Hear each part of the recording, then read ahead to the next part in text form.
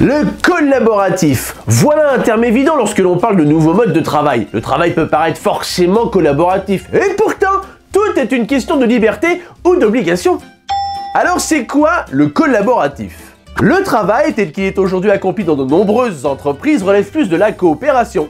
C'est-à-dire qu'il est accompli selon une division du travail dans laquelle chaque personne est responsable d'une partie de résolution d'un problème ou d'un projet. Le travail collaboratif, c'est une manière spécifique de travailler collectivement et de façon très responsabilisée.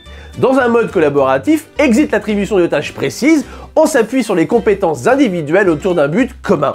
Ainsi, aucune obligation mais une logique d'engagement libre et en cohérence avec ses compétences. Du coup, forcément, ça accélère les projets et c'est plus sympa. Alors le collaboratif, comment ça se traduit concrètement?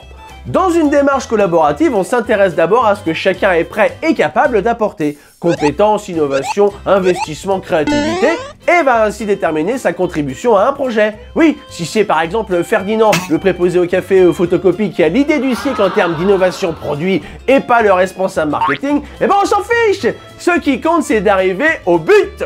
Faire du collaboratif, cela nécessite donc une vraie implication et responsabilisation de chacun, que tout le monde ait les mêmes droits, une confiance mutuelle et savoir gérer certains égos un peu trop... Tu vois ce que je veux dire? Pour mettre en œuvre le travail collaboratif, deux aspects sont à prendre en compte. 1. Le management. Il doit en effet créer les conditions de cette collaboration et faire tomber les barrières de la hiérarchie. C'est ce qu'on appelle développer un management collaboratif. 2. Les outils.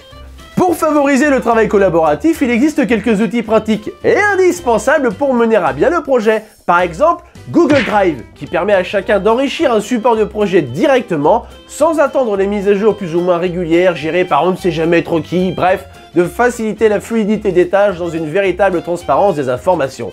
On a aussi les RSE, les réseaux sociaux d'entreprise, qui, bien utilisés, peuvent contribuer au travail collaboratif, Doodle pour la planification d'événements, ou encore tout simplement un espace de travail physique, adapté, bien organisé, ouvert, favorisant mécaniquement la collaboration.